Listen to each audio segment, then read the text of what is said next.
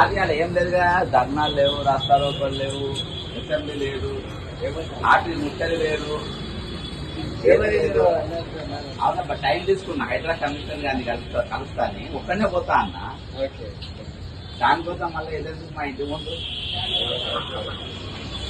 ధర్నా ఏది లేదు, ఒక్కనే పోతా అన్న. అసలు ఏం లేదు కదా, ఏం లేదు. అట్లా ఏం కాదు.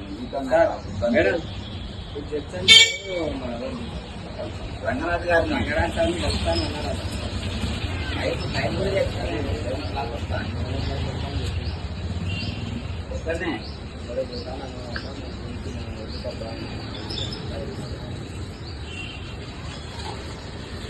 నేను ఏమో ఉన్నా మేడం, మాట్లాడతారా జస్టిన్ సార్?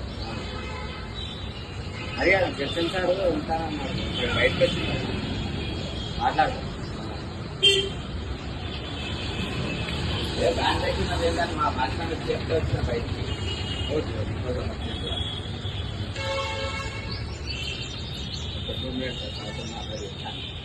సార్తో మాట్లాడి నేను 11 పోతా, అది 10 పోతా, కానీ ఒక్కనే పోతున్నా. దానికి ఇదేంటి కానీ ప్రతి పౌరునికి హక్కు అధికారం జరగదు. అదే సార్ ఏంటంటే సార్తో అంటే మనం సార్ మాట్లాడుతుంది.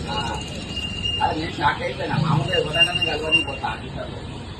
అది హైదరాబాద్ కమిషనర్ గారిని కలుస్తానని చాలా తక్కువ.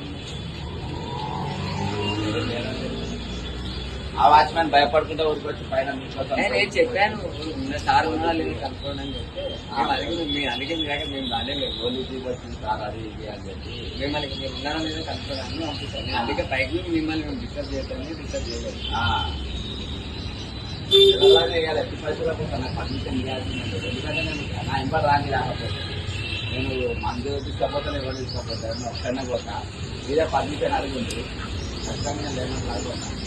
అదే ఈ పోలీసు తీసుకపోతాను. ఆయన మంచిగా మాట్లాడాలి.